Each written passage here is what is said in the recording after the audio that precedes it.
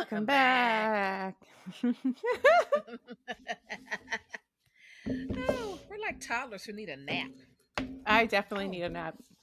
But I've had like pretty much only caffeine today. What have I had today? Yeah, I had some scrambled eggs and coffee.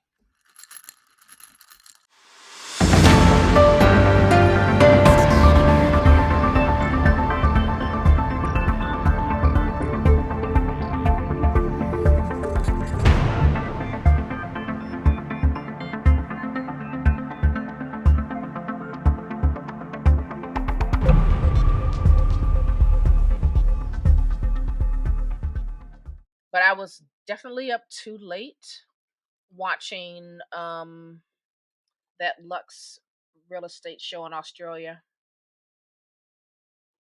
I was up too late because you see, I don't even know how you find these things. I scour all my networks for new things to watch all the time. And I was like, "Ooh, what is this? Real estate stuff in Australia? Ooh, it's wonderful. It's wonderful." So if you say so. Yeah, I do like a good real estate show. I like it. So I watched like 3 episodes of that last night, and it was like 2 a.m. I'm like, I should be asleep. I should not be up, but I was. And so now I'm tired because I was up too late because I don't know when to go to bed, even though I'm a grown up. So that's what happened. I went to bed, I guess at midnight, and then at 2:30 the dog woke me up. So and then at 6 the dog woke me up. So well, there you have it, folks. We need a nap. I needed a nap hours ago, but now I'm just committed. I work tomorrow. It's fine. So we're here. Yeah. We're here, and that's what matters. We're here to talk to you guys about book and book related content. Ooh yeah. Well, what's been on your reading list lately? So I am currently reading on my Kindle, no less, this book called The Employees by Olga Ravn, Ravn, and this is a really weird sci-fi that I found because did you see that there's now an Ursula K. Le Guin book prize? What? It's a new book prize. It's a new book prize for speculative fiction, science fantasy, sci-fi fantasy. And there's a lot of stuff on there that I've never heard of. There's a lot of stuff on the long list that I have heard of. And this happened to be translated and written by a lady. So I was like, perfect, August, I'll read it. And it sounded very weird. And I am a little over halfway through. It's only 144 pages, but I read it like when I have a minute here or there. Mm-hmm. And it is very strange. But I kind of can't stop reading it because I need to figure out what the hell is happening on this spaceship. So the book is told in like almost like witness statements. So it's all these little statements from different employees on this ship, the 6000 ship. And you're almost like piecing together the narrative as it's going along because it is very bizarre in structure because there's no clear like trajectory of the plot. But essentially, like, there's these weird things, like egg-like things that have rock-like things that have been found and brought on the ship. And they cause the humans and the humanoids on the ship to have different sensations, feelings. They start doing something. Like, they have, like, weird interactions with egg things. Then as you go along, it seems like there may also be some issue between the humans on the ship and the humanoids on the ship. So like the more robotic. There's these moments where the statements can be almost poetic as they're, you have humanoids that are expounding on what does it mean to really be human. I'm still trying to figure out exactly what has happened because there's some people that have been left the ship or been taken away from the ship. There's some drama, going on. So it's like this weird space mystery. and all you have Wow. are like the witness statements. That's how like it reads to me. And I don't know what's Interesting. happening, but I need to know, so I keep going. That is very, very interesting. It is very interesting, very weird. And it I'm says intrigued. the employees probes into what makes us human while delivering a hilariously stinging critique of life governed by the logic of productivity. And it's shortlisted for the Ursula K. Le Guin Prize. And yeah, there is a lot of discussion about like working and like what does it mean to work, and it's a very interesting book. It's not Wow. for like probably most humans to, but it is definitely worth the read if you're into speculative fiction, strange and uh, maybe non-traditional narrative forms. It's really Right. good. It's really interesting. Wow. I need to know what the hell's happening. I still don't really know what's happening. I'm intrigued. Hmm. Can't wait to hear your thoughts when you're done with that one. Yeah, I'll let you know as soon as I'm done. You talk. I'm Okay. going to eat my Skittles on a muted mic. All right. Well, They're I've not real been Skittles. reading the Because they're fake apparently Skittles. Skittles apparently are filled with heavy metals and we're all going to die. Okay. That's I don't know. different. These are How? because they're like Are they just made. organic Skittles in a sense? Hmm. Okay.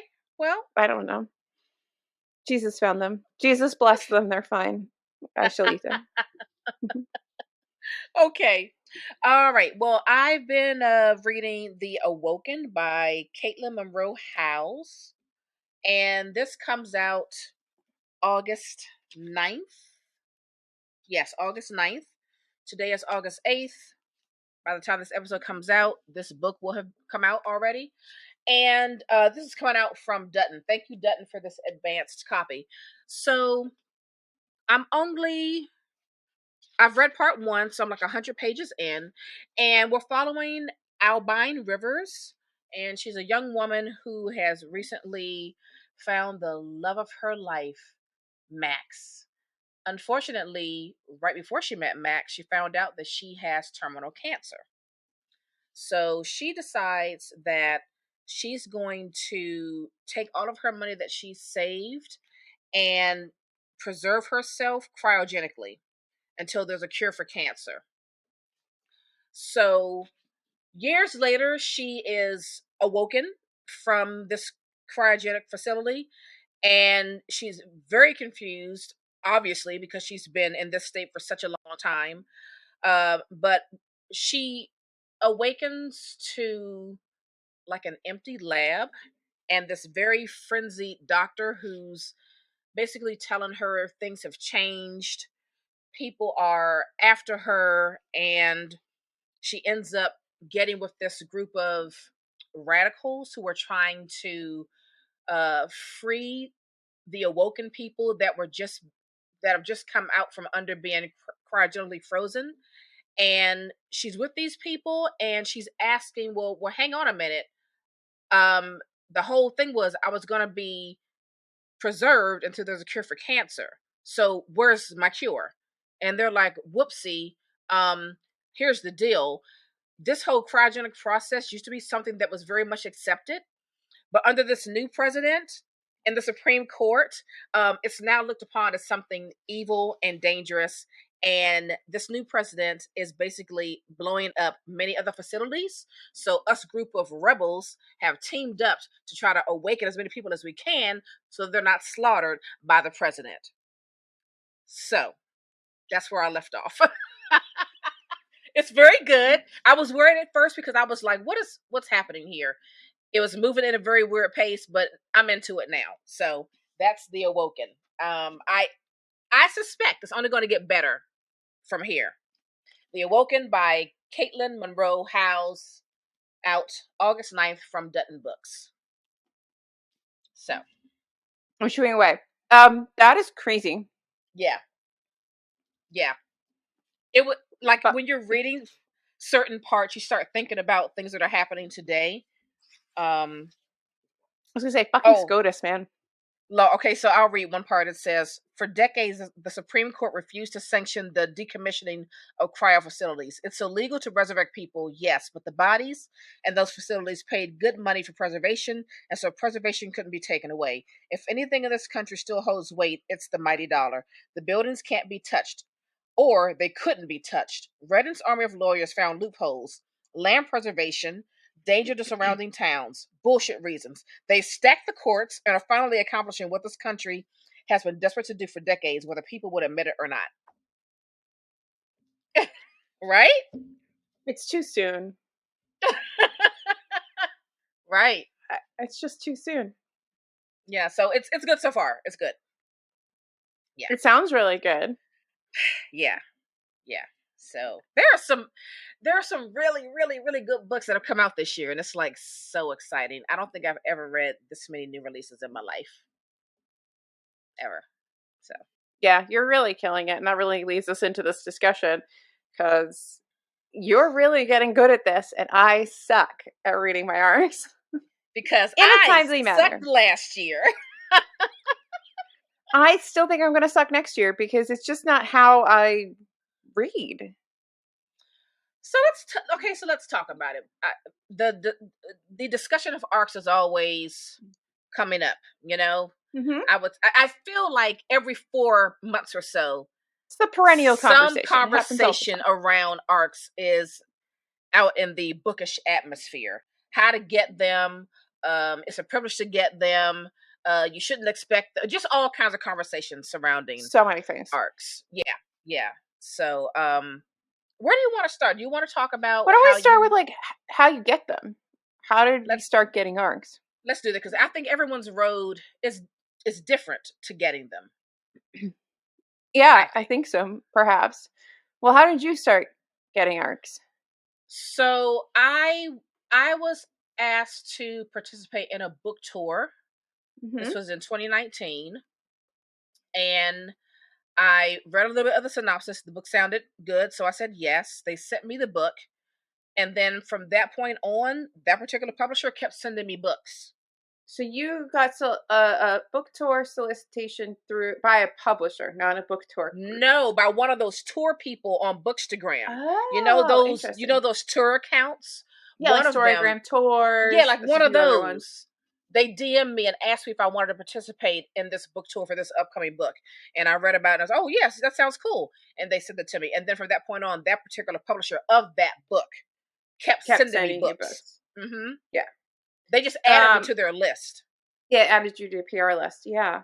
I did not have that. I was very confused on how to get arcs. And it always felt like it was a conversation that wasn't happening like out loud, and it was happening like, you know, whispered sort of behind the scenes of like, how do you get it? And it's really not. It just, for me, that's the way it felt, because nobody was really talking about it. I just saw people getting arcs, and it's not like anybody, when I first joined Bookstagram, it wasn't like a big thing to discuss how to get arcs. So other than getting on like Edelweiss or what's that other thing that we all use?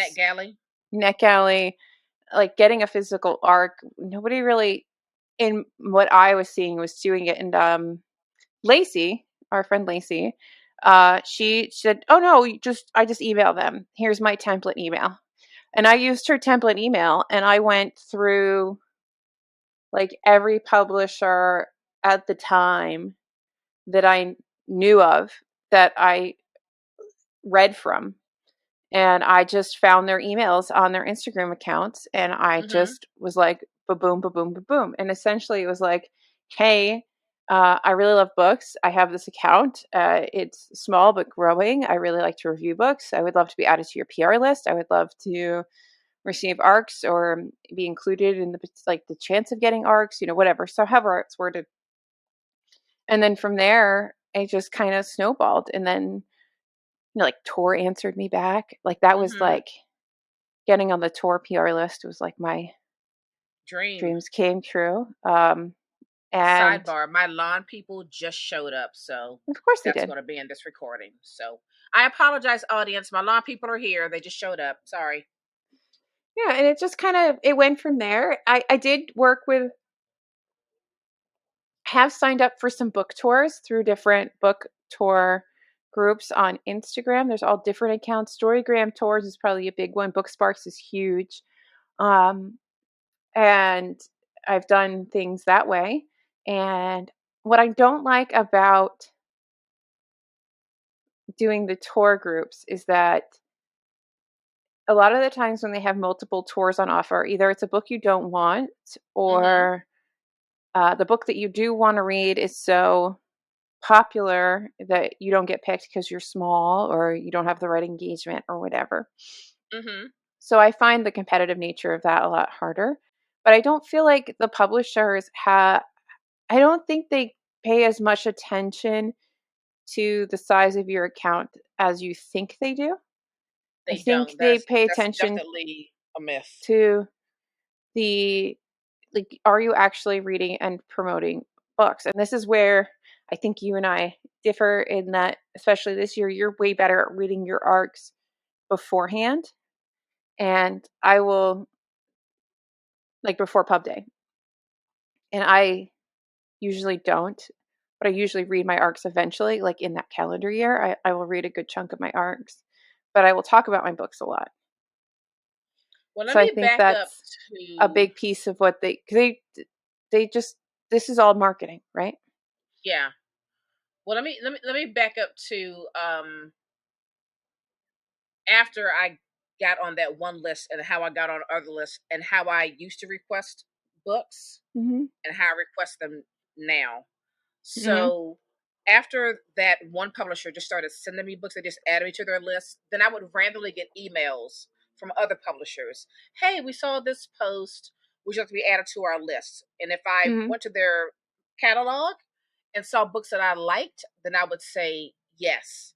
I've never sent an email to anyone. I don't know why. I just never sent an email to anyone, but I would get these random DMs and random emails from publishers. And then there was one time I just happened to be on Instagram and I don't remember the publisher, but they had a post up that said, if you want to apply to be in our PR program, do so now. The close date is this. And I was like, it was the last day to apply.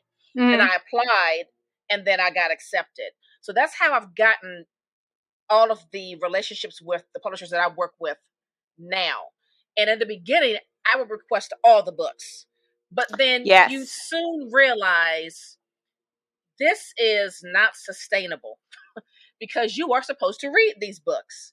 Yeah. And I kind of put myself in a real pickle when I was doing that. So last year I started really only asking for the books I was really wanting to read because they'll send you an email and there'll be a Mhm. form and there'll be all the books for that quarter or that month or whatever that you can choose from. So now I'm super choosy in the books that I ask for because I really do want to read them and provide some kind of a constant drum of promotion for said books. I feel like when it comes to e-arcs though, I don't feel the same choosiness. So, for example, Tor will send out multiple emails throughout the year with different upcoming releases. A lot of the times there are NetGalley links included. And you can also reach out to your publicists and be like, hey, I would like book X. If you have any arcs available, let me know. If you're doing any promotion, I'd love to be involved, blah, blah, blah, blah, blah. But I find that I will often snag an e-arc of something because I'm on the fence, Mm-hmm. and I'll snag an e-arc and I'll grab it, but I'm not really sure if I'm going to read it. But the things that I really want to read, and I know I'm going to read, whether it's prior to, after, at some, like, I'm going to read this book. Those are the books that I'm like, I would love a hard copy if you have one, because I know Yeah. I'm going to read that. Yeah, and this is where you and I differ because you're good at like you enjoy reading an ebook. Sometimes it depends on my mood, but yeah. Yeah, whereas that is not my thing. When we were going through when we were really in the thick of COVID and all the when a lot of the publishers switched from physical arcs to e arcs only, that was a time where I think I read like let's just say 2 out of 30 because I am not an Hmm. ebook reader. Um, So that whole cycle of we're sending you ebooks only, they got no love from me. They got Mm-hmm. no love from me because I don't enjoy really reading ebooks, and it's not something that I'm drawn to doing. Yeah. I need the book in my hand.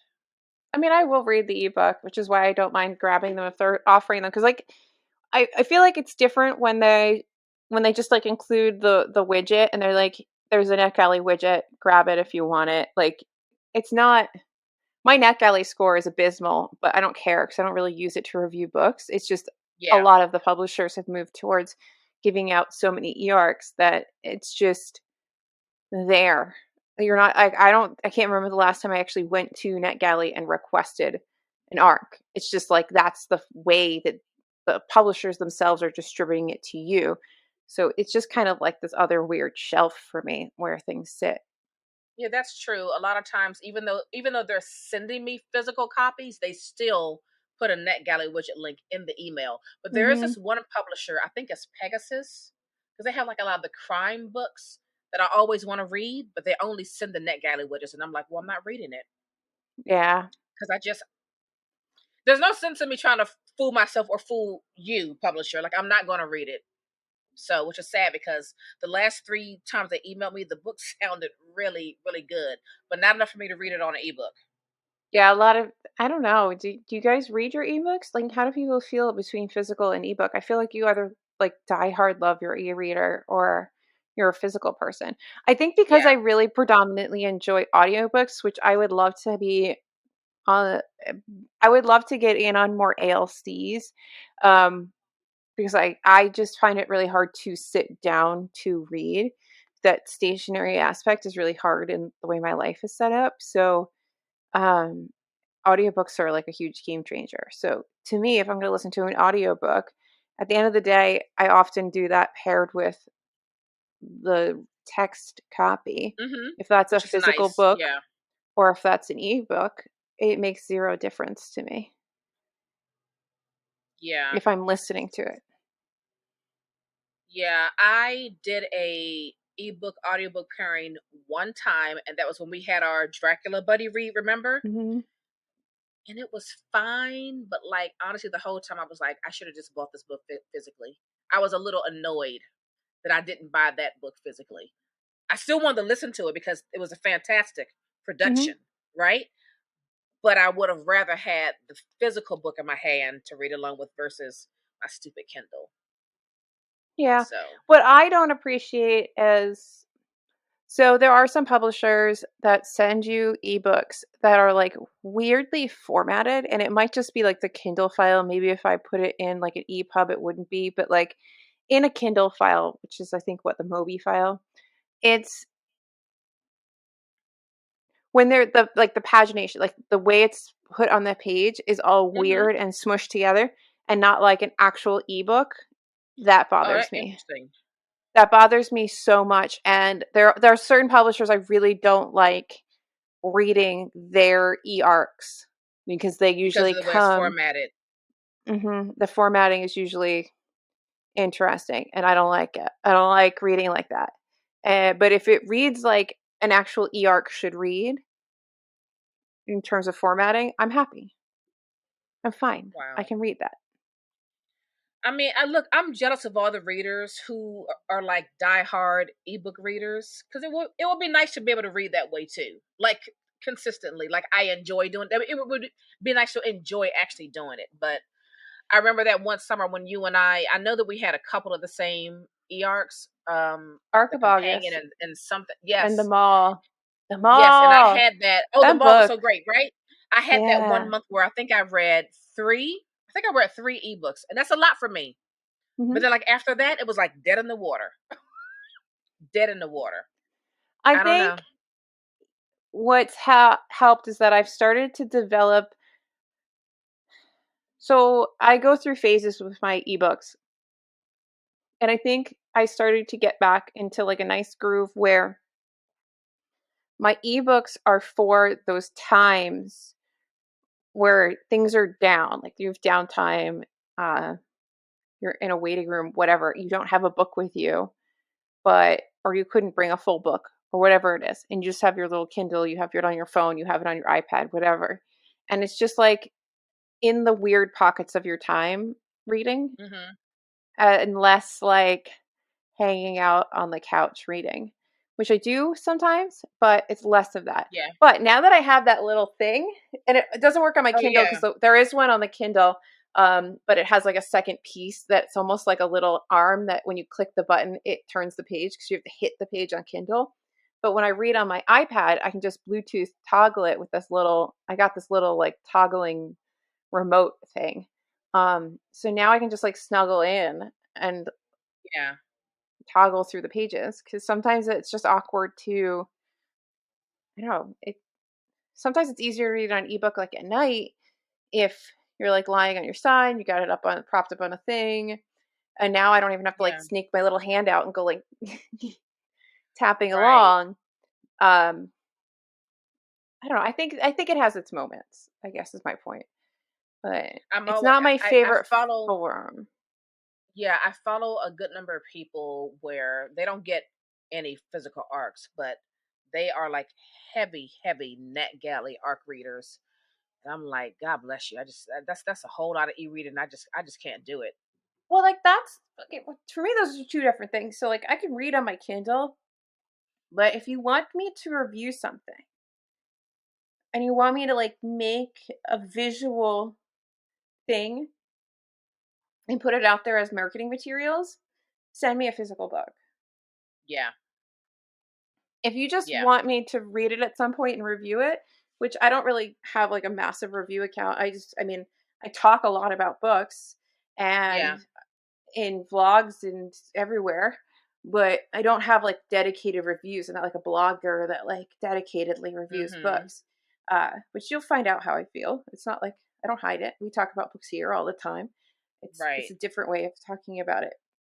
If I was just doing that, if I was just like blogging my reviews, I don't think I would care as much. If I was like a heavy Goodreads reviewer, NetGalley reviewer, I see what you're saying. Like written review, I don't think I would care as much. I create visual content. Having an ebook is not helpful to me. Right. For sure. It's very hard. Even if you want, like, sure, I could like lay in a photo on top of the, or what. I don't know. I just don't like the look of it. When it's manipulated to look like that's Me how it either. would I don't actually. like doing things with. It's not my. Your audio's being funny. Is it me or is it you? I don't know. What's my audio doing? I don't know. It just sounded like you were like. Is it doing it now? No, I can't hear you. Did I do something?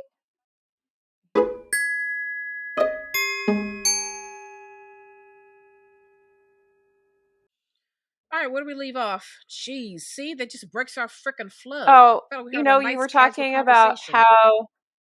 So you were talking about how even when you try to edit the cover into your Kindle or over a book, like it's difficult to make visual materials with an e-arc. I just don't think it looks good. I don't think it looks good. I feel like it limits the beautiful photo that I could take or the reel I could make. I don't like it. Mm-hmm. I don't like it. But I mean, a lot of these reels are just people being like, do you need books where you bang his dad? And it's just like pictures of all the books on top of it. That's true too. And those do really well. I mean, TikTok is huge. So does it matter as much when you're not taking a staged photo? I don't know. Well, maybe not, but there's still that thing of what do you prefer to read? I'm just not going to read ebooks. I don't want to. I don't like it. My question is like, do you keep your, I know oftentimes, especially with certain publishers, they're more apt to send you a finished copy after they've sent you the arc, but some don't. If you get an arc and you love it, do you get yourself a finished copy, or do you just keep the ARC? I Does keep it the matter ARC. to you if you just have the ARC on your shelf? So here's the thing. So Dutton always sends hardcovers, final Mm-hmm. copies. Catapult, Counterpress, Soft Skull, like a lot of the publishers I A lot work of those with, you they work with, only, yeah. yeah, they only send final finished copies. I do love a good But final finished copy, because if I hate it, mm-hmm. I can. It's both sides. If I love it, I have a final beautiful copy of it. Right, goes on my shelf, Yeah, pride of place. Love it. If I hate it, if I read it and I don't like it, it's so much easier for me to resell that to, even for like $3, or go to McKay's and trade it in, so that I right. can get something else, which you can't do with ARCs. And I know that that's not the point of an ARC, and I'm not here to argue that you should sell ARCs, but there is something like nice about getting that final finished copy, because either way you go, it's Yeah, great. Like, yeah, for it's not sure. like you just hate your ARC, and like if you hate the physical ARC that you were given, you're just kind of like stuck with it. You have to donate it. Like, Mm-hmm. it's not like, Mm-hmm. it feels more wasteful, I guess is my point. It's not as easy to like Yeah. get back into circulation. And as two people that thrift a lot of books, I like Mm-hmm. being able to put books back in circulation, because just because I don't love it doesn't mean there isn't a place in somebody's home that they're going to get this book and they're going to love it, and it's going to stay with them because they've really truly connected with it and they love this book. So it's That's nice true. to sort of put it back into the book thrifting cycle, Right. if that makes any Now, sense. Atria Atria were generally, they always send a physical ARC, and then I would say 8 times out of 10 they will also send me a finished copy hardcover. You do get a lot of finished copies. Yeah. Yeah. Now, last year the ARCs that I read and didn't love, I donated them to my library. Yeah. Um and that's just, and if I didn't need the space, I would have kept them, but I need the space. Yeah. You know what I mean? And So I've got to offload as much as I can. I also just feel like there's no point in keeping a book you don't love, because Yeah, there might be somebody who's going to love it. So why would exactly. you, and I mean, I was talking to somebody that I follow on Instagram, and she had posted about this book Cult that uh just came out, that looks phenomenal. And I was like, oh my God, I saw that. I want it. And she's like, girl, it was like $30. I had to put it back. It's $30 for a brand new hardback, right? Like, Yeah, books are expensive, and they're only getting more they're expensive. very So if pricey. I can take something from my collection that I was blessed to be gifted, Yeah. or was blessed to be able to find myself thrifted, and I didn't enjoy it, and I can pass Mhm. that along at a less like prohibitive prohibitable a less at a lower cost to Mhm. the end person. um that's good, because we every author wants somebody to read their book, fall in love with it, For sure. and enjoy it. So I like being able to pass that on. For sure. I mean, isn't that the whole point? You Yeah. know, not every book is going to be for every reader. You know what I mean? So if No. I don't like something, you know, I'll trade it in a McKay or donate it to my local library, and Hmm. someone else is surely to enjoy it at some point after picking I, that up, you know? I've picked up some random arcs at library book sales, that's for sure. Yeah. And there are some books that I really, really love, and I would never have heard of before. I've got some books up there that I've never heard of, that are that are not ERs, because why would they be up there? They are arcs that Mhm. somebody somehow ended up in the library book barn, Right. and Exactly. I've never heard of them.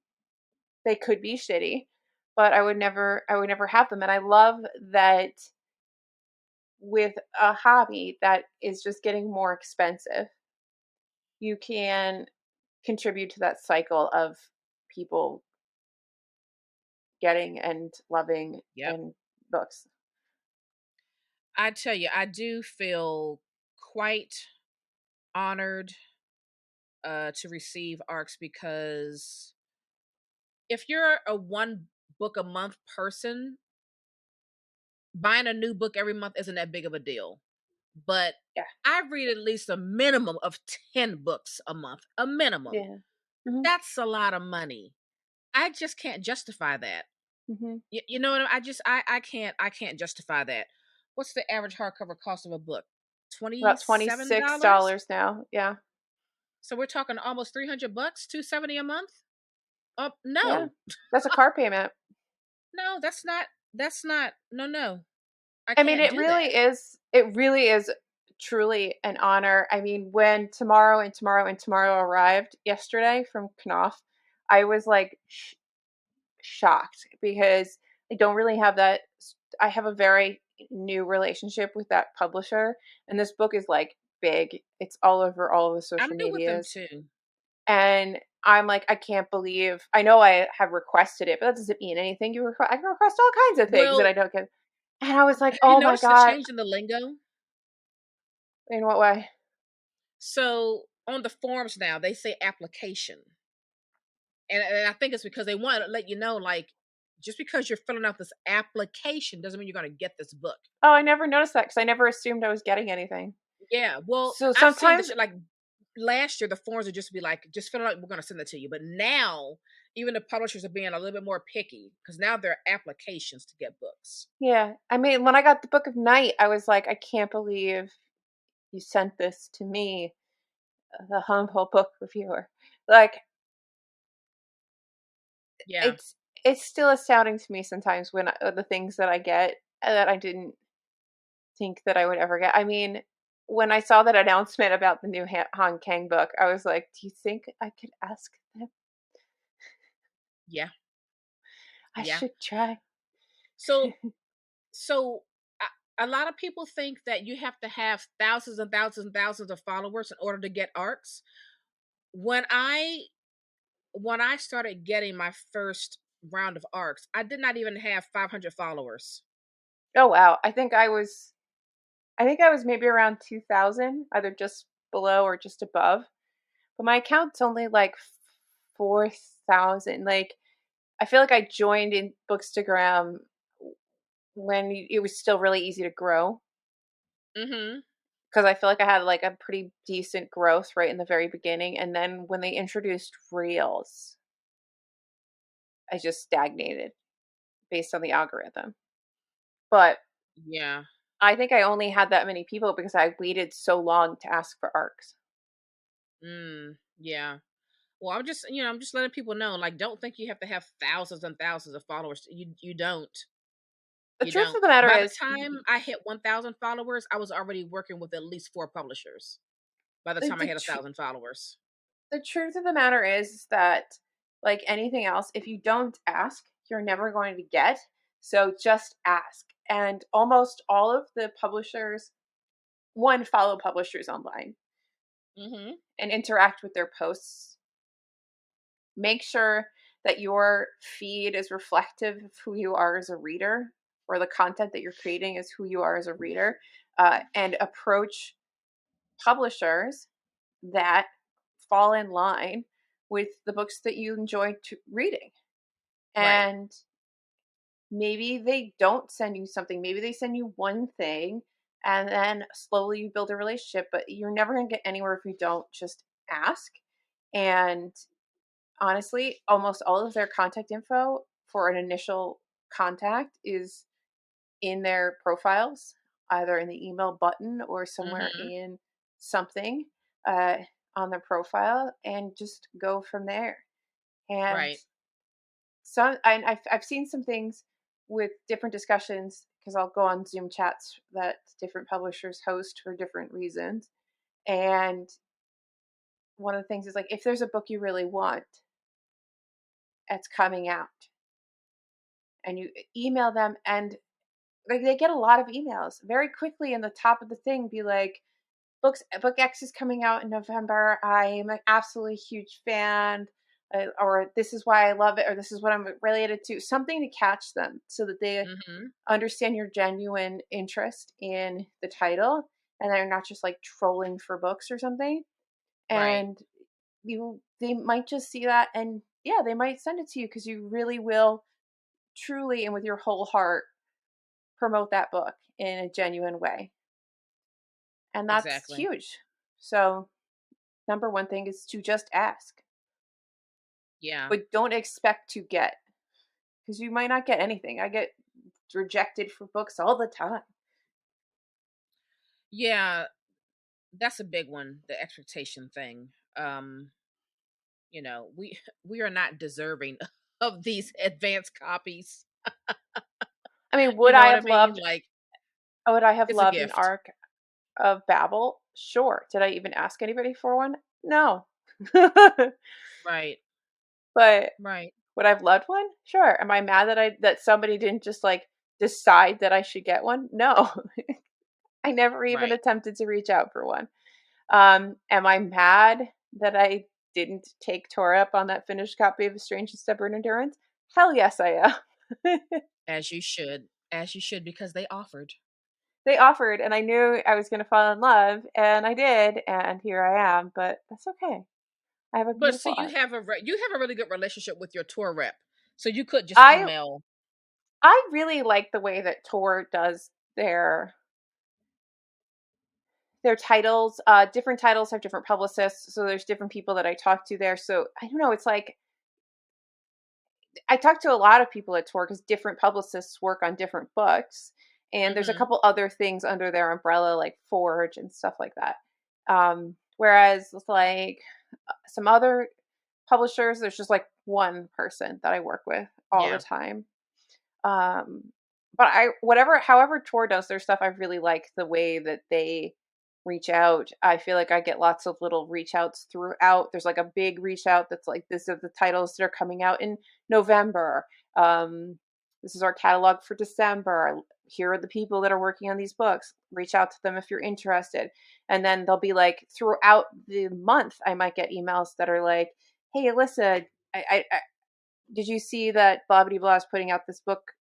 Would you be interested in covering it?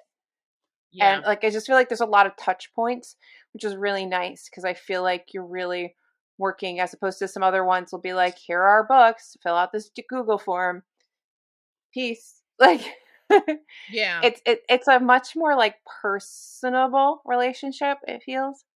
Yeah. I think that's how Algonquin is. You'll get a lot of emails from them throughout the months for various books.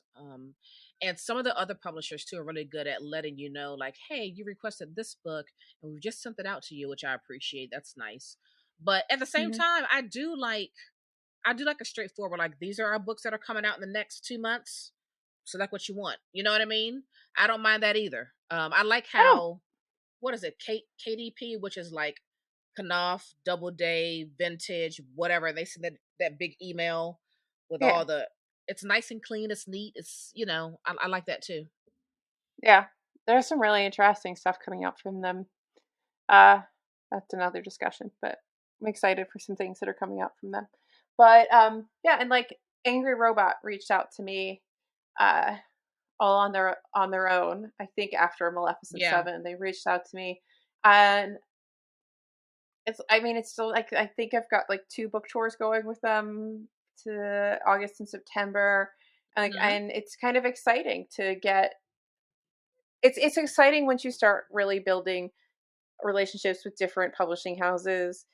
You start to feel more comfortable asking for things because I think there is a comfort level because you feel like Yeah. I don't have enough followers, I don't have enough this.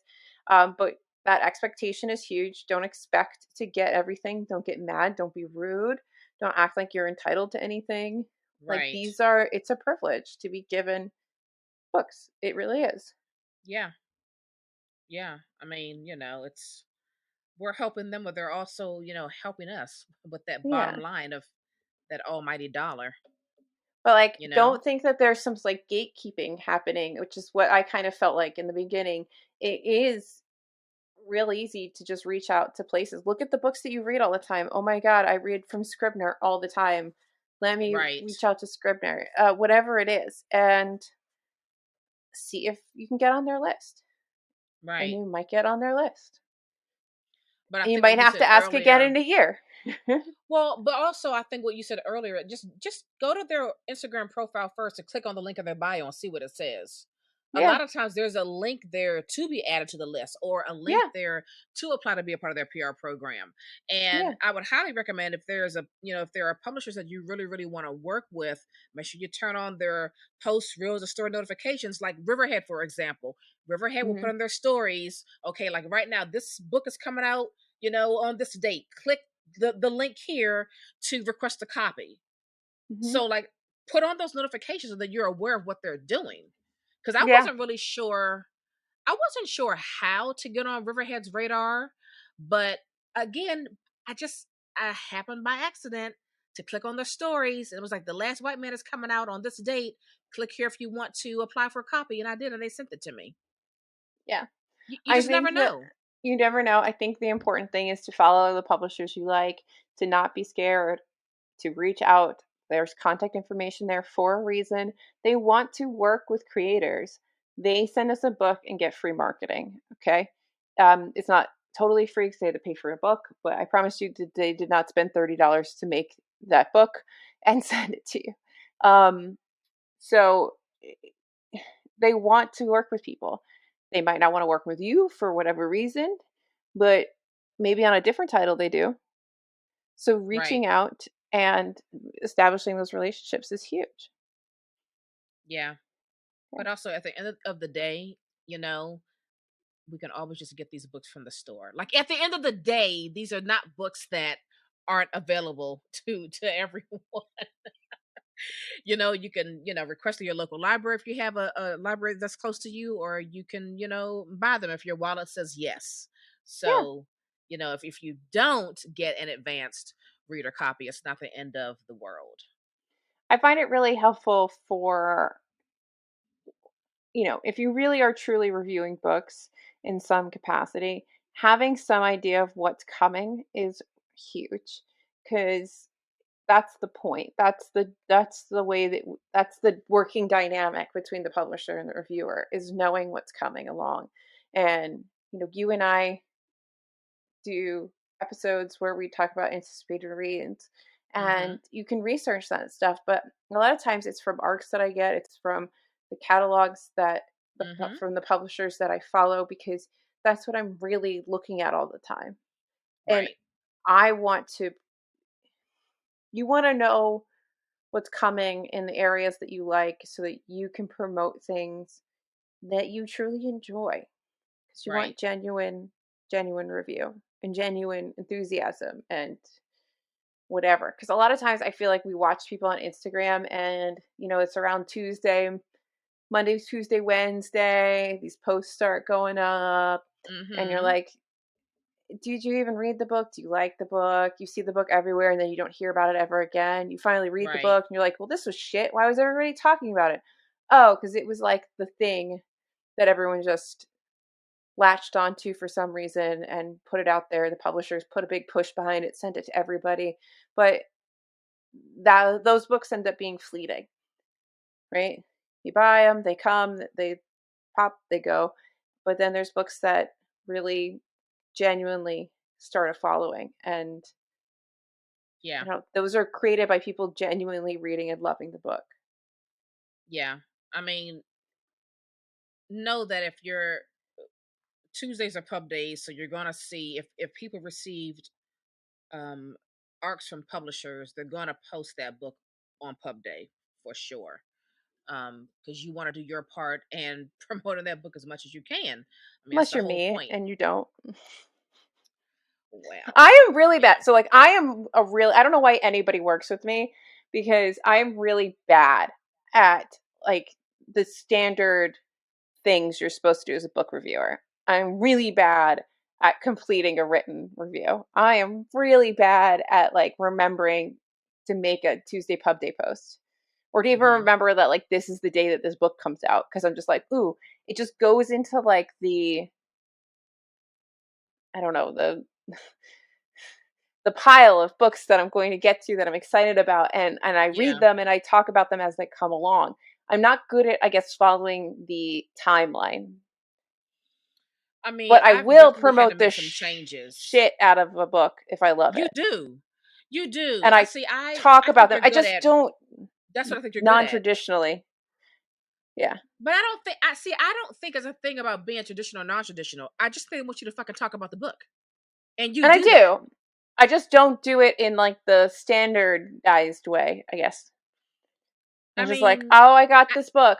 Oh, it's pub day. This book's great. I don't Oh, let think me they write my Goodreads care. They review. just want us to talk about the books.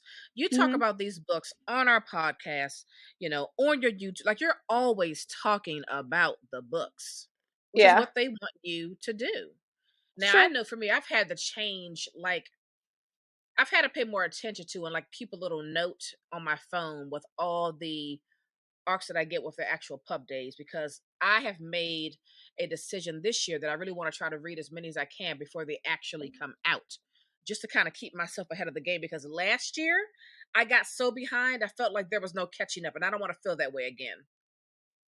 Maybe in 2023 I will get better at that. We'll see. We'll see how I feel in 6 months.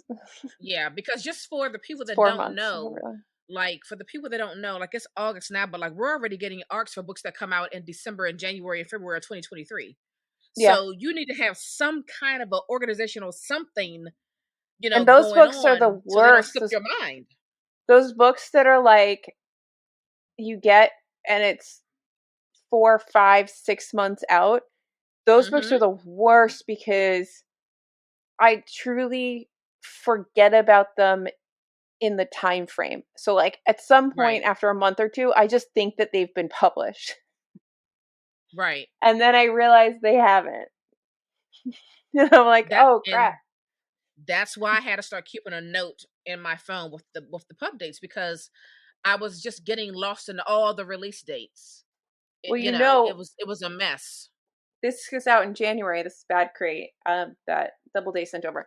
I will this is an October read Yeah. for sure. And I think that some of what I'm starting to do with the Notion thing is I'm using my Notion board to like plan out some videos and stuff and to plan out some of my TBRs and trying to like do them not in my head and put them on there so that when I'm Yep. like, because there's a lot of times where I'm going, I'm like, oh, that's a good October book.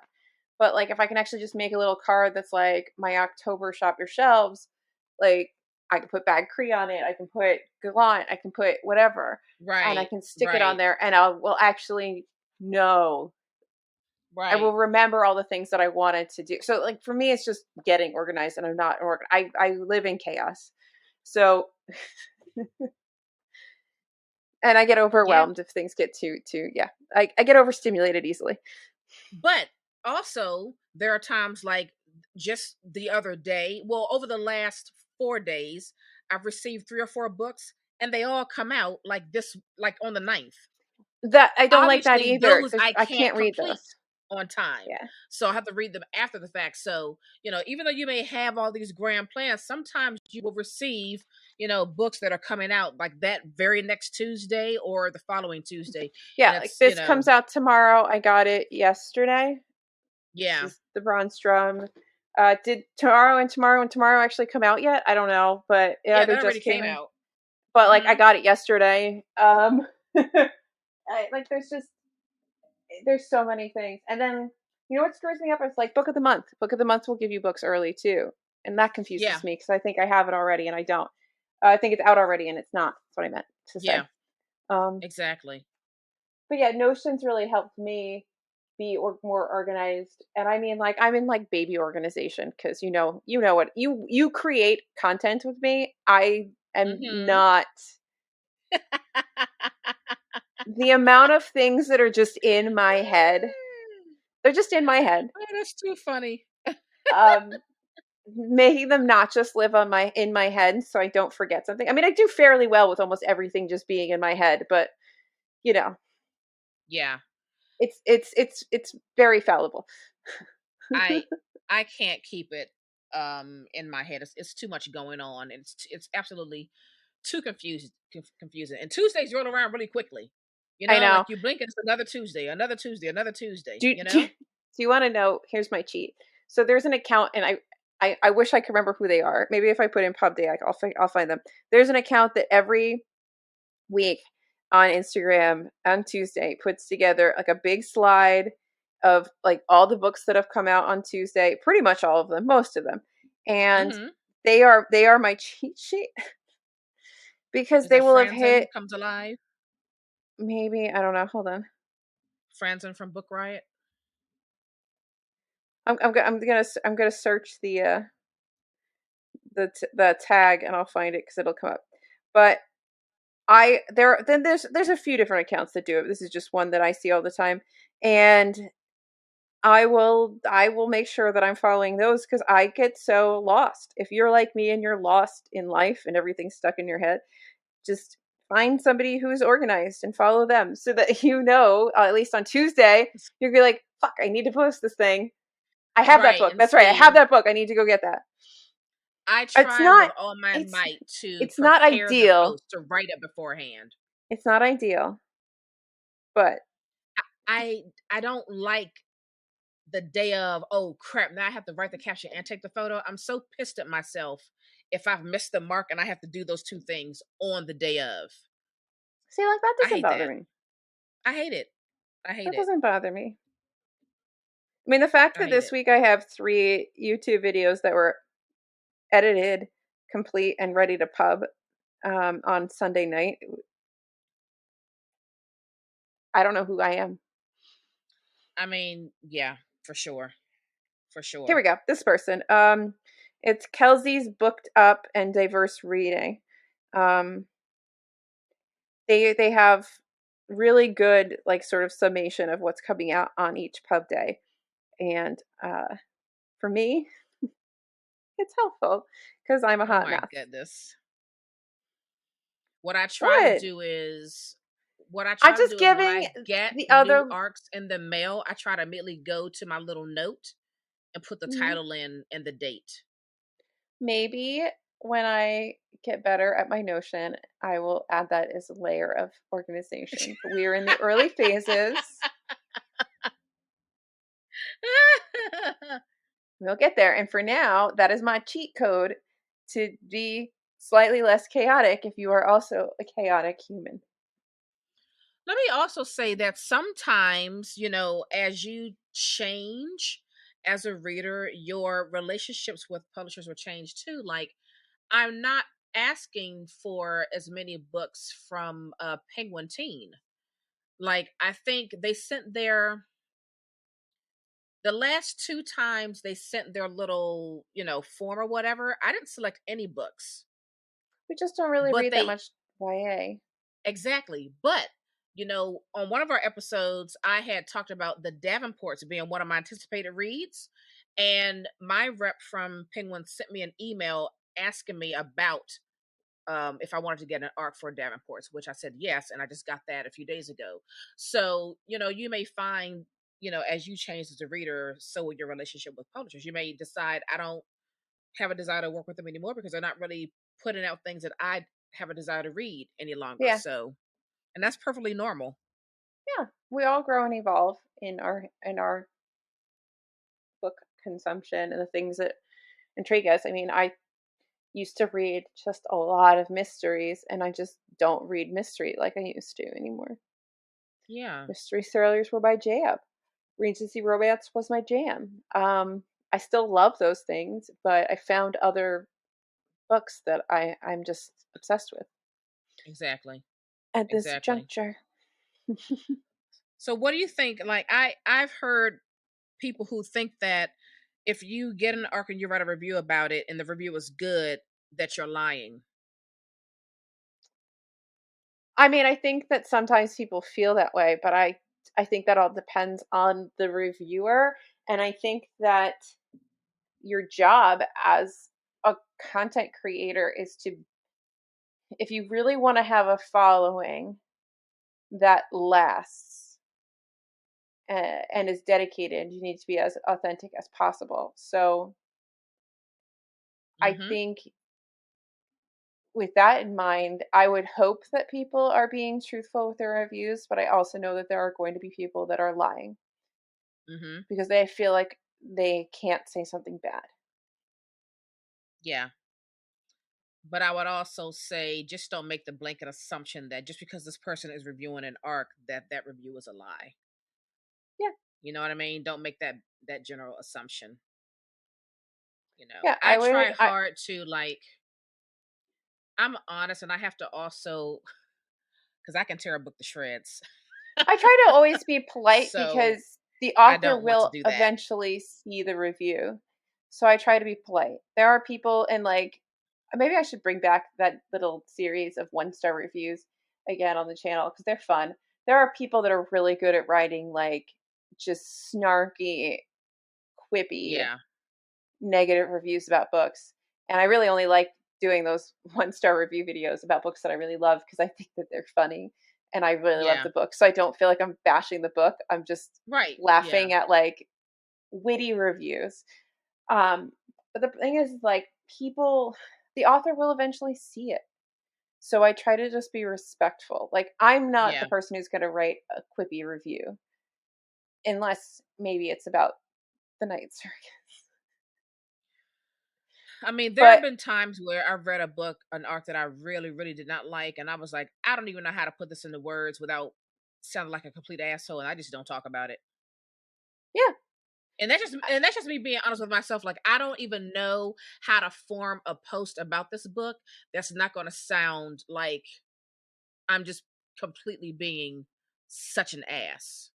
I mean, I don't think that I avoid negativity like to the point where like I have blinders on and it would be like a red Mm-hmm. flag, but I try to save my negativity for books that truly deserve it and authors where is that is not going to matter that I'm talking shit on them. Like I can talk shit on the Book of Jacob all I want. Olga's going to be just fine. Olga T's gonna be fine. She's going to be Yeah. fine. Now, if I read some like mid-level, smaller author and I just dragged on their book, in all Mm-hmm. likelihood, that author's going to end up seeing it. And that's not very nice because someone put Mm-hmm. their time and effort into it. And it might be shit, but somebody else might really like it. So I try to be more constructive, I guess, and polite when I'm being negative about a book. But I also just Oh, for tend sure. to not Like, focus on the negative books that much when I put stuff on because I really want my feed and my content to be like giving you books that I think have value as opposed to giving yeah. you books that I think were shit. I also think for the most part, I I feel like my ratio of books that I read that I can't stand versus books that I love, like it's very low. It is, you know what I mean? I feel like I have a I mean, really unless we're talking good. about the Island of Missing Trees. No, I said I had enough of that damn tree. The book is fine. The Mm-hmm. book is fine, but I didn't love it. I liked it, but I didn't love it. Mm-hmm. I didn't love it. I could have had less of the tree. I could have had more of the tree. I know, I know. Most of y'all that really, really love it, you could have had more of the tree. I was like, I'm done with this tree. I'm done with this tree. It's fine, but I don't know. I feel like as I'm learning myself more and more as a reader, I'm getting better at picking things that suit me. So I don't have a large number of books that I read and I hate. I have a really good idea of what's going to jive with me versus what isn't. And I don't think I Yeah, could have said that 3 years ago. agreed. I think that when you start reading at the volume that we read, you very rapidly figure out what it is that you like and what it is you don't like. I think when you Yeah, read a book or two a month, it's different. yeah, But like we read at volume. We yeah. read a decent Across a lot of lot genres, of things. not just one lane. So there are things like we talked about it with the Eighth Life. Like I was like a little on the fence because it's a long family saga is either going to be riveting or I'm going to want to Mm-hmm. stab myself in the temple. It was riveting. Spoiler Right. alert. Um, but there's certain books where I know that I'm going to be on the fence about them, and it can go either Yeah. way. And there's other books that I'm like, I know that I'm going to love this. Like the Book of Form and Emptiness. I was like, I Mm-hmm. heard what that was like. That's my book. I love that book. Yeah. Give me that book. Yeah. For sure. A For Strange and sure. Stubborn Endurance. I was like, I need that book. For sure. Yeah. Yeah. But I that comes agree. from figuring out who you are as a reader. Mm-hmm. It takes some time. But it feels good to have just a clearer understanding of what I really enjoy and what I'm willing to take a chance on Yeah. with books. But knowing those things and knowing and going out and reaching out to publishers to get arcs and picking the arcs that are things that you have the best shot of loving is the best way to go about it. Because I have a lot Yes. of random arcs and things from that beginning. I think a lot of us go through this phase where we're like, we got an arc? I want all the arcs. And you just kind of say yes to a lot of things. Yeah, it feels like Christmas until it doesn't. Until you're like, wait a minute, why do I have so many goddamn arcs? So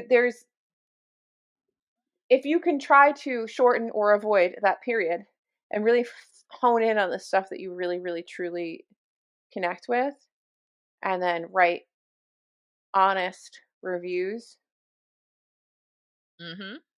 you're doing good. Yeah. Or however you do reviews, whether Yeah. it's, video, whatever. I just don't shut up. So Yeah. I I think make that's the too much best. content is what it is. I make too much content. You do make an insane amount of content for sure. So I can't also write reviews. Yeah. I don't Yeah. have time for Yeah. that. It's hard to sit down and write a review. I have to pick days where I maybe do like 5 or 6 or 7 on that Mhm. day because I don't have the time. Also, too, if I'm being very honest, like, I am on my computer all day for work. When work is over, I don't want to see my computer. I've already seen it for 9 Yeah. hours. I don't want to be on it anymore. That Yeah. may also be why I don't like Kindle. I don't want another screen. I look at a screen all day long. The last thing I want Yeah. to do when I get off work is just go to another screen. I have no desire to do that. Yeah. So, that could be it too. But Yeah. also, no, I just like a nice physical book. They Agreed. I make me so think the physical happy. book is better. They smell good. I love it. And I do like some of them. A lot of them come with a little letter. Like I read you that letter in the front of. I'm going to keep picking at Bad Creek because it's right here next to me. It's out in Mm-hmm. January. Get it? It sounds lovely. That letter I read you from the front of it. Sometimes you get these Mm-hmm. little pieces that are like another layer to add to your enjoyment and your experience with the book, which is Right. kind of nice. I don't know. I feel like if you make genuine content, if you genuinely post consistently about books and you have any small following, like, it's not just you and your mom, like you're you're Right. you're gonna find a publisher that's gonna want to work with you. Right. They want to work with small, medium, and large size content creators. So Mm-hmm. if you're under 800 followers, don't feel like you can't ask. Yeah. Ask. I mean, I Ask. know like if you have somebody like if Books and Lala goes out and says this book's amazing, she has a huge following and you're gonna get a lot of people that go out and buy your book. But you can get a lot of people that go out and buy your book and write good reviews about it because maybe you just got this volume of people buying the book, but maybe they don't really like it because it's just so many people, right?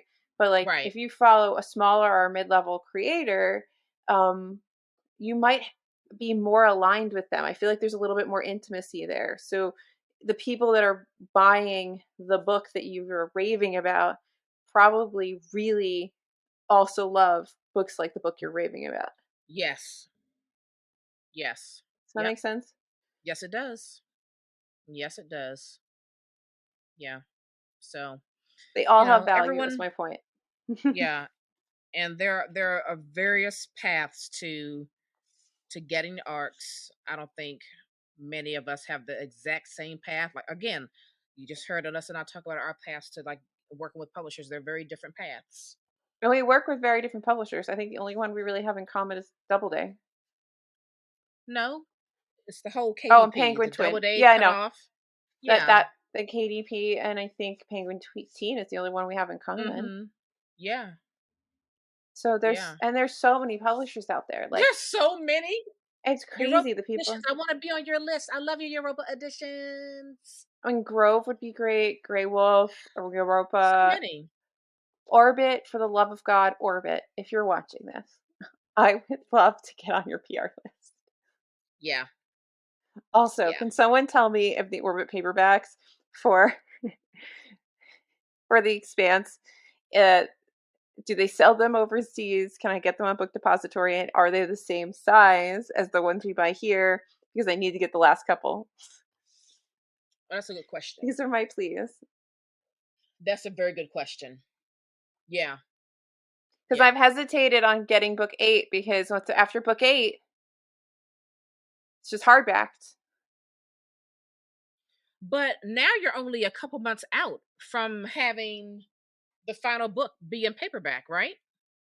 It's gonna come out in November, right? No, I think it's next year. Oh, is it? Oh, yeah. Sorry. Okay.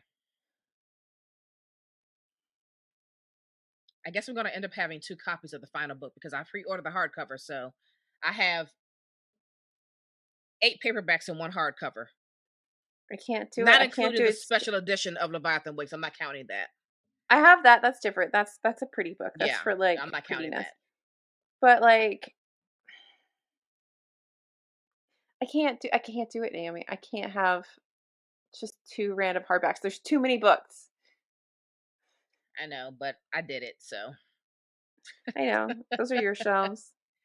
So 9 they have in paperback on Book Depository. I guess I could measure them. They should have the dimensions in the thing. They do, but it's in milliliters, and I don't. Oh. We'll just use an online converter. I'm not counting that much. Just use an online converter. Anyway, so that's our we're talk rambling about arcs. now. I know, that's our talk about arcs. You know, this is always a conversation that's going around booktube and bookstagram, and I don't know, people still want to know how to get arcs, and the best advice is just to ask. Some ways. Yeah. Honestly, just ask. Well, don't ask first. Check their link first. Because the last thing you want to do is ask when they've already put it clearly on their website how to do it. I don't know. So I mean, I did that. Did you? You didn't go to their links first to see what they... No, not unless they didn't have an email listed on Instagram, and then I would go hunt around their website for something, and sometimes I found a link to join their publishing list. Sometimes I just found like a leave us some feedback or contact us, and I would go through a contact us page. I was a real nudge. I would just say go to their Instagram, click on the link in the bio, make sure first they haven't already told you how to be on their PR list. And if they haven't told you, then send them an email. So are you telling me this is why I'm not on Orbit's list, because I emailed them? No. I've never looked into Orbit to see what's going on with them, to see if they put it like on their website or whatever. What's weird is that I've gotten some books from Red Hook, which is like, I think like Red Hook and Orbit are somehow related to each other. But like, I don't get Orbit book. Occasionally I get offered Orbit books, but like not a lot.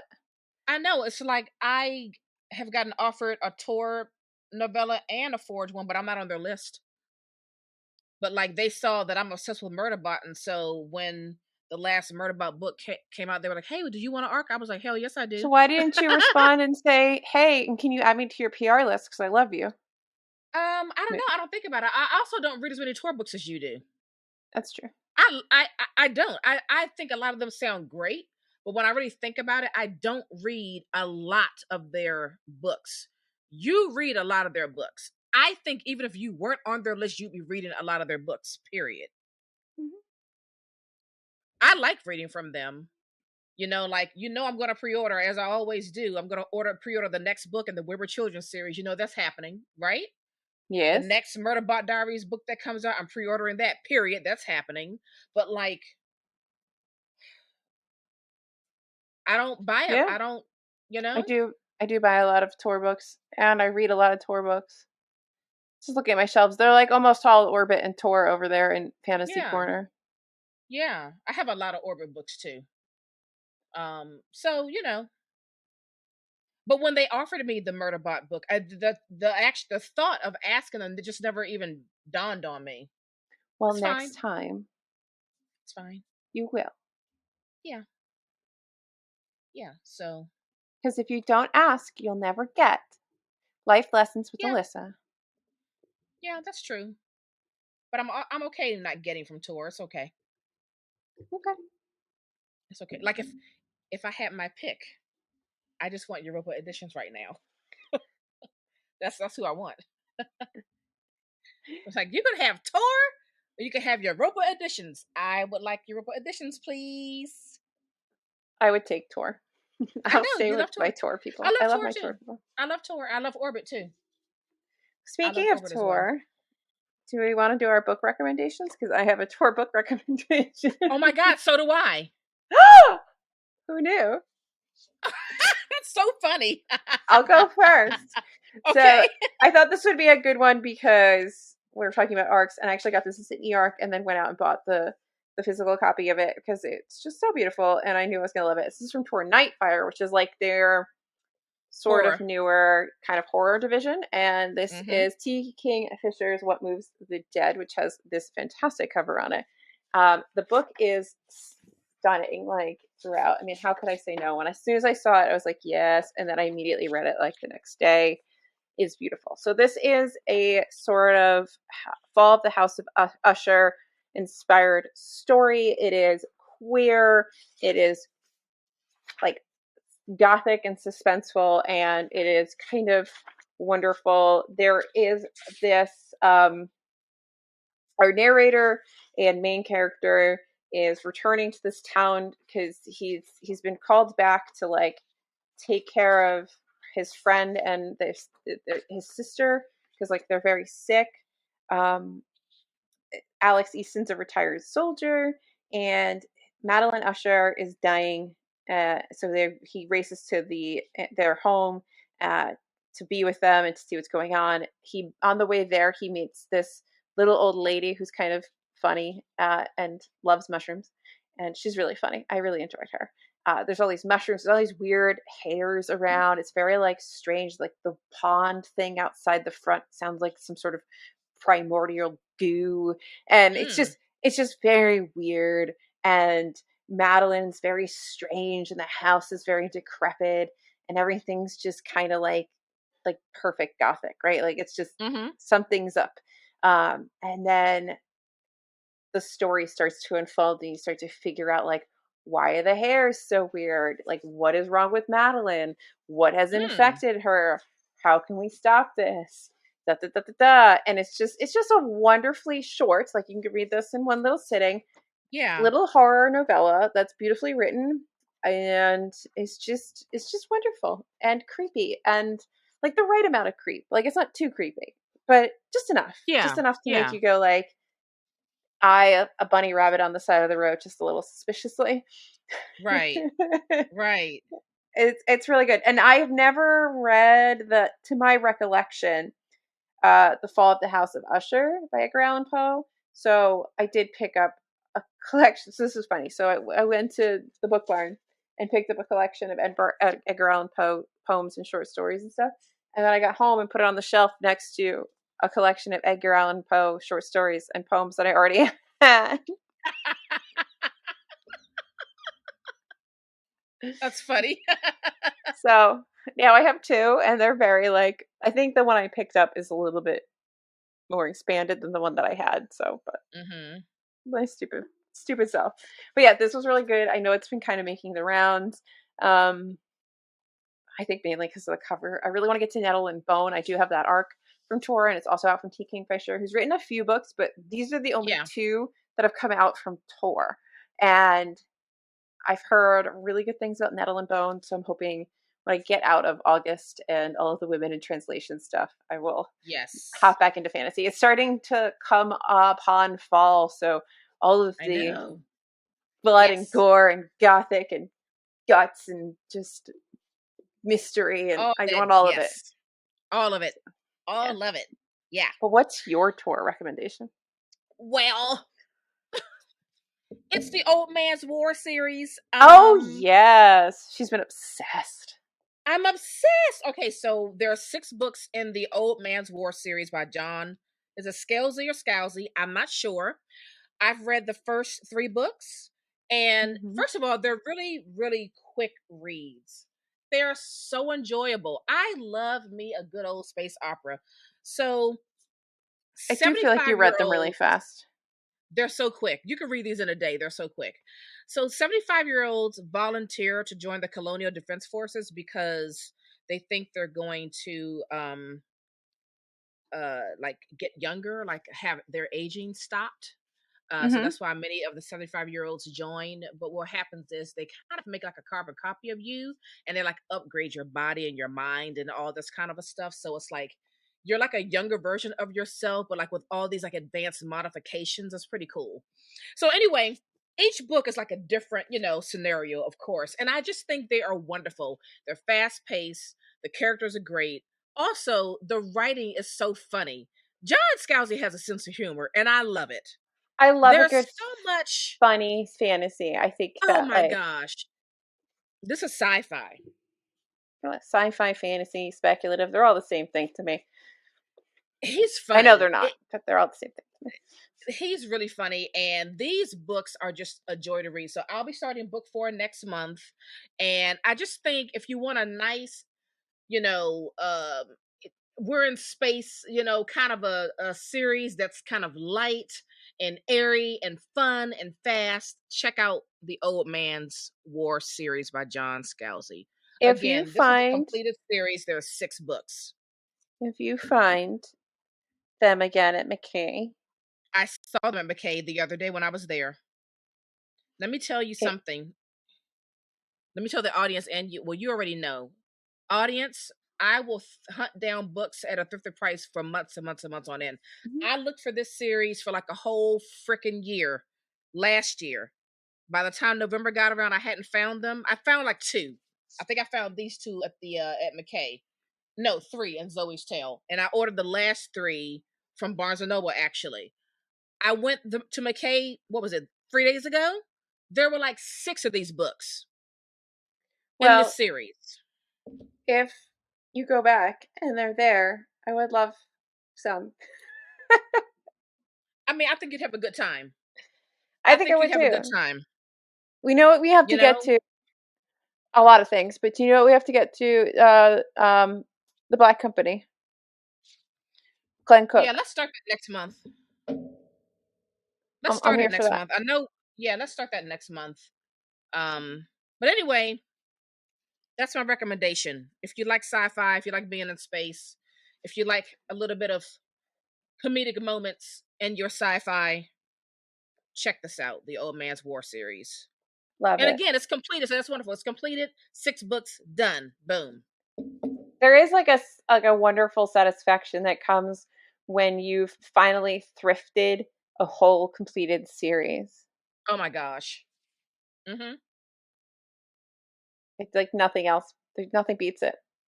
Yeah. Same thing with the Black Company. Like I hunted those books down for a long, long time. And I ended up having to thrift the last 4 or 5 online at 8 books. But Yeah, I've got them. I've got them all. yeah. Book Yeah, so we thrifting need to is start that as well.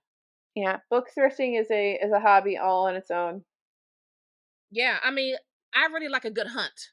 Mm-hmm. You know what I mean? Like for me, like I really enjoy a book hunt. We've got a list together of books we want. We got separate lists. I Like got to I update my love list. hunting down a good book. And like the I wild find card it for me fun. is always the book barn because the amount of things that come in there. Like some You got days a it's good just one. like I got a good book barn. Like whoever is reading and donating books to my library, like can we meet? Because we have I think we would do well together, like on a coffee date. Anyway, um, but like I love going there. Like the last time we went, I don't go all the time, but I go like when I go, I obviously get a lot of stuff. And Mm-hmm. there was a newer lady there, and she was like, "Oh my god, I just love seeing you get all these books." And I'm like, "Yeah, like this is thrifting books is like a huge thing. Like I will grab a random book in a series if it's a series I want to Mm-hmm. read." Yeah, Yeah, absolutely. yeah. It's the best. Thrifting I books is knew it. so fun. It's so satisfying. I love it. I wish we could one day, if this little podcast can get us to a point where you and I could go around to different thrift stores and used bookstores and like interview people and talk I to would love that. them and do hauls. I would love that so much. So like this video. If you're watching the video, subscribe to the podcast, leave a review, share with your friends, and maybe one day Naomi and I can live Yes. the dream of traveling to all the used bookstores and interviewing TBR Lowdown on the road. the weird and wonderful people that work in these used bookstores. Absolutely. That'd be fantastic. And I'll take all the Zyrtec so I can survive the bookstore cats. Absolutely. Well, we hope you enjoyed this episode. Our great ARC debate, our great ARC discussion. And yeah. That's gonna do. We'd love to hear your thoughts. So let us know. We always want to hear your thoughts. So share with us. Please. Yes. Anyway. All right. We out of here? We're done. We're out of here. Bye. I have no voice. Bye.